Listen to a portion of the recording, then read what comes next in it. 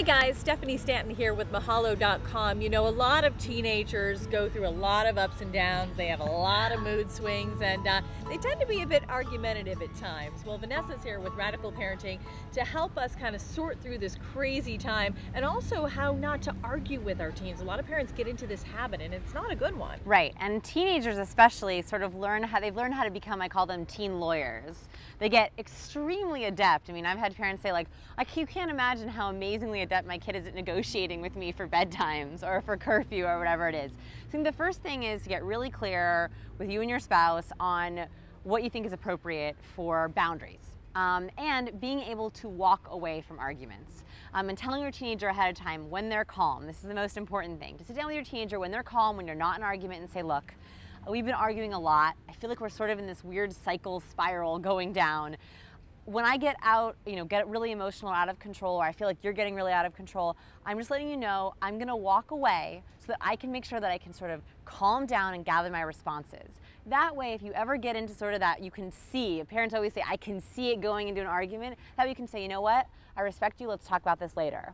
That way you can always come back later and sort of regroup. That's a great first step for stopping arguments.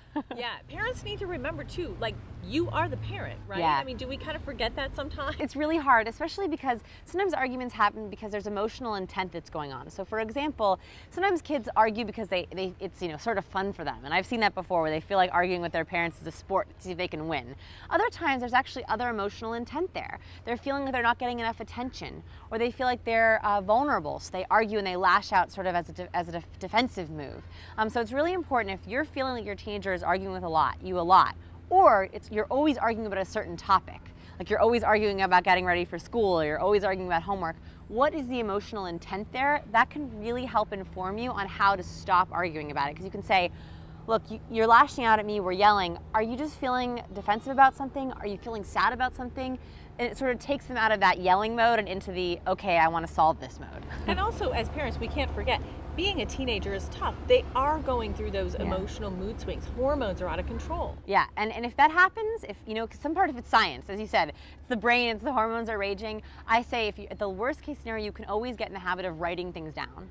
So if you're a teenager, you cannot talk to them without yelling, or you can't talk about a certain topic without them yelling, you can say, look, I'm going to write you a letter of what I need, and you're going to write me back.